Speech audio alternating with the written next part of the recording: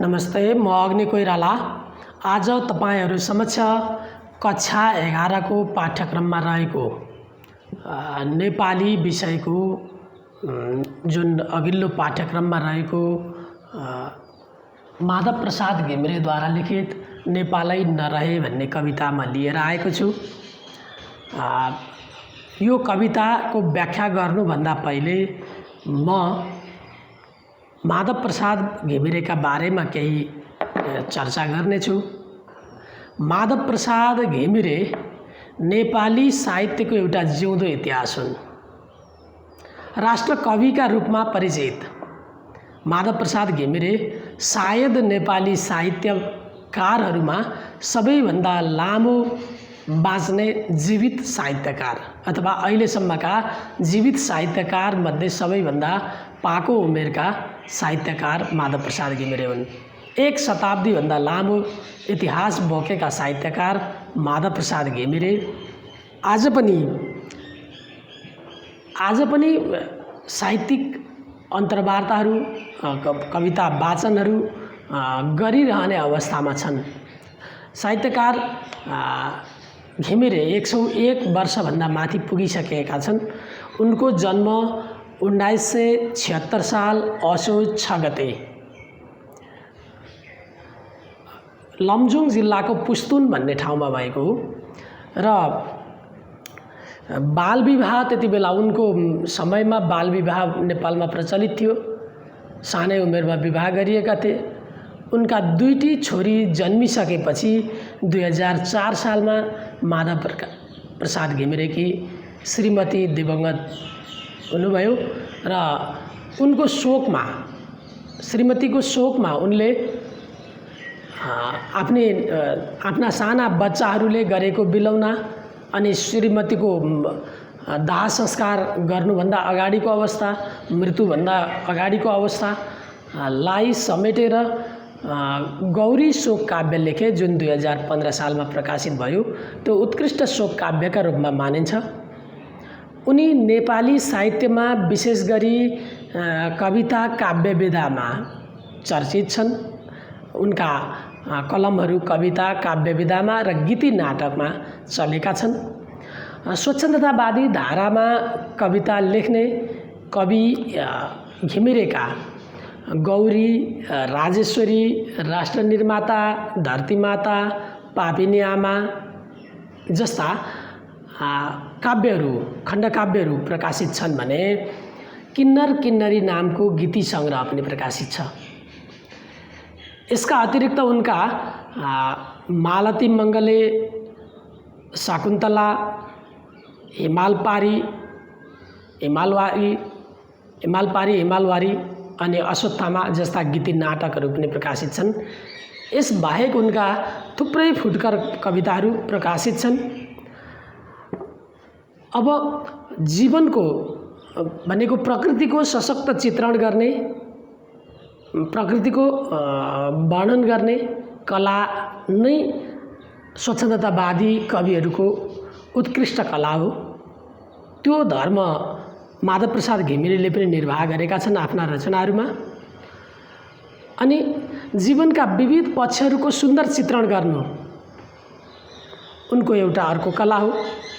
अनि राष्ट्रभक्तिका कुराहरू पस्किनु, जस्तै कि राष्ट्र निर्माता खण्डकाव्यमा समेत राष्ट्रभक्तिको भाव त्यहाँ देखिन्छ। उनले आफूले त्यो विषयवस्तु छान्छन्। यसरी उनका कवितामा लयात्मकता, छन्द, मिठासहरू पनि पाइन्छन्। अब यहाँ एउटा कविता छ जुन म यहाँ यो कविता व्याख्या गर्नुभन्दा पहिले त्यो कविता जसलाई गीत बनाएर गाइएको पनि छ र यो पहिले नै लेखिएको कविता भए पनि 2068 सालमा नेपालमा कक्षा 11-12 को पाठ्यक्रम परिवर्तन हुँदा नेपाली विषयको कक्षा 11 को नेपाली विषयको पाठ्यक्रममा राखियो। त्योभन्दा अगाडि नेपालमा विभिन्न जातीयताका कारण नेपालमा कलह सिर्जना भएको, मधेस आन्दोलन भएका कारणले गर्दा जातीय सद्भाव नभड्कियोस्, नेपाल रहेन भने हामी नेपाली कोही पनि रहँदैनौँ, जातीय सद्भाव भड्कियो भने नेपालै नरहन सक्छ भन्ने अर्थमा सचेतनाका निम्ति यो कविता राखिएको मानिन्छ। अब यो कविता म यहाँ सरसर्ती वाचन गर्दै त्यसलाई व्याख्या गर्दै जानेछु। पहिले सरसर्ती वाचन गर्छु, त्यस पछाडि म क्रमशः व्याख्या गर्छु।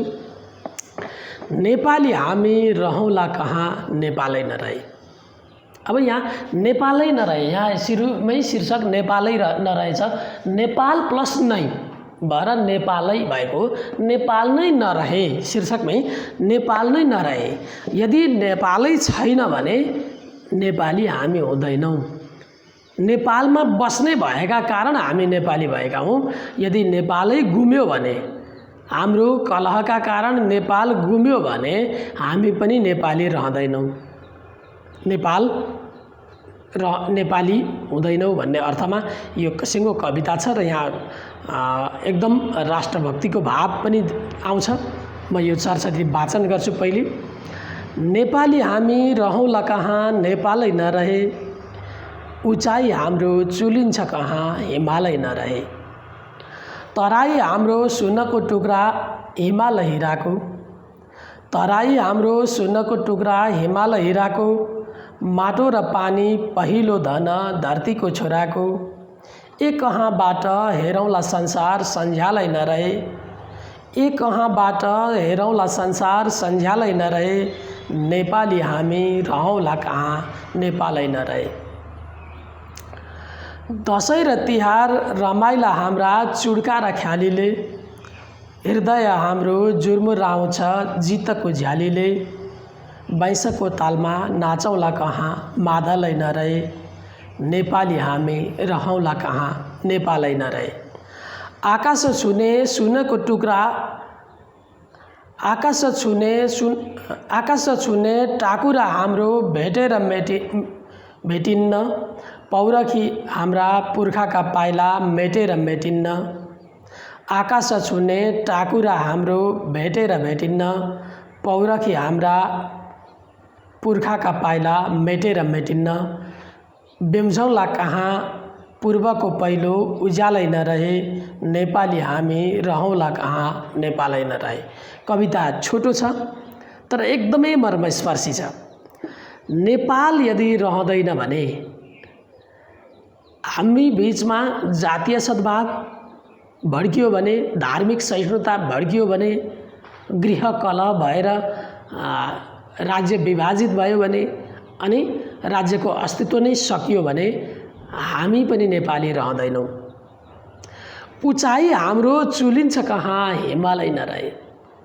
हामी सगरमाथा जस्तो उच्च हिमालहरू, सगरमाथा, कञ्चनजङ्घा, अन्नपूर्ण, मकालु, लोत्से, यस्ता 8000 मिटरभन्दा माथिका, धौलागिरी लगायतका 8000 मिटरभन्दा माथिका धेरै हिमालहरू बोकेको नेपाल, अनि विश्वमै उच्च हिम श्रृङ्खला भएको देश नेपाल भनेर हामी गौरव गर्छौँ।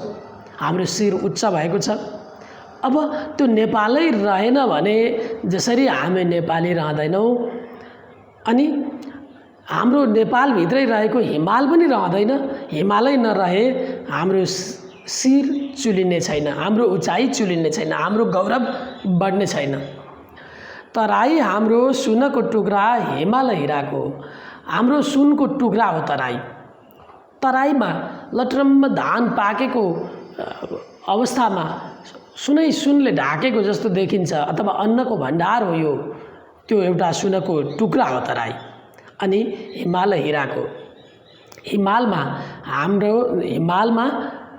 बहुमूल्य रत्नहरू, प्रशस्तै बहुमूल्य रत्नहरू प्राप्त हुन्छन्, बहुमूल्य धातुहरू प्रशस्तै छन्, हिराको खानी त्यहाँ छ। त्यसकारण हिमालबाट हामी के पाउँदैनौँ, नेपाललाई समृद्ध बनाउने सबै कुराहरू हिमालमा प्राप्त हुन्छ। त्यसकारण हिमाल पनि हिराको टुक्रा हो। माटो र पानी पहिलो धन, धरतीको छोराको, जन्मदा पहिलो पाउल टेक्ने ठाउँ जमिन, अनि पहिलो उसले प्राप्त गर्ने जल दूध जो तरल हो, पानी सरा हो, त्यति मात्रै नभएर हाम्रो अन्न उत्पादनका निम्ति पानी, जीवनका निम्ति पानी, प्राणी वनस्पतिका निम्ति पानी, अनि विद्युत उत्पादनका निम्ति पानी, सारा कुरा पानी छ। त्यसकारण मान्छेको पहिलो धन भनेकै माटो र पानी हो भने त्यो हाम्रो छ। नेपाली भूमि छ, हामी नेपाली भूमिमा नेपाली हौँ भनेर उभिएका छौँ, बाँचेका छौँ, गर्व गरेका छौँ भने हामी नेपाली छोराको पहिलो धन माटो र पानी हो। ए कहाँबाट हेरौँला संसार सन्झ्यालै नरहे। हामी यो संसार हेर्न, संसार बुझ्न, संसारको परिचय पाउन अथवा संसारलाई बुझ्नका निम्ति कहाँबाट हेर्छौँ, कहाँबाट च्याउँछौँ? सन्झ्यालै यदि छैन भने, सन्झ्याल भनेको आँखी झ्याल, विशेष गरी काठमाडौँ उपत्यकाभित्र काठमाडौँ, ललितपुर, भक्तपुरमा प्राचीन सम्पदा अन्तर्गत रहेका दरबारहरू, प्राचीन घरहरू, देवालयहरूमा साना साना पाल गरेका झ्यालहरू हुन्छन्, जहाँ बाहिरबाट हेर्दा भित्र केही देखिँदैन, पर्दा लगाउनु पर्दैन, तर भित्रबाट बाहिर देखिन्छ एउटा सानो संसार। यदि त्यो झ्यालका ती साना पाल पनि यदि हुँदैनन् भने हामी बाहिरी संसार कहाँबाट देख्छौँ? सन्झ्यालै छैन अथवा आँखी झ्याल नै छैन भने हामी संसार जसरी देख्न सक्दैनौँ, त्यसरी नै हाम्रो नेपालै छैन भने हामी नेपाली रहन सक्दैनौँ। नेपाली हामी रहौँला कहाँ, नेपालै नरहे। दसैँ र तिहार रमाइला हाम्रा चुड्का र ख्यालीले, हृदय हाम्रो जुर्मुराउँछ जितको झ्यालीले। दसैँ तिहार जस्ता चुड्का ख्याली यस्ता हाम्रा जुन संस्कृतिहरू छन्, हाम्रा जुन चाडपर्वहरू छन्, हाम्रा विविध जात जातिका विविध मौलिक संस्कृतिहरू छन्, ती सबै कारणले गर्दा नै रमाइलो छ नेपाल।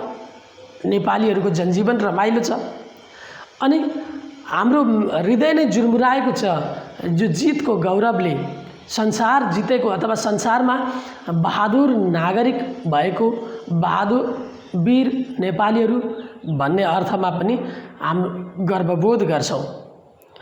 वैंशको तालमा नाचौँला कहाँ मादलै नरहे।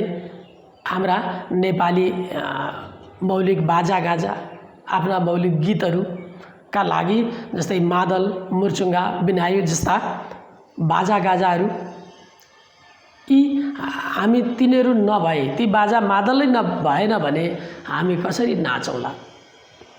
भनेको हामी नेपाली रहेनौँ भने ती हाम्रा मौलिक बाजागाजा पनि रहँदैन। नेपाल रहेन भने नेपाली हुँदैनौँ, नेपाली नभएपछि हाम्रा बाजागाजा हुँदैन, अनि हामी कसरी नाच्छौँ?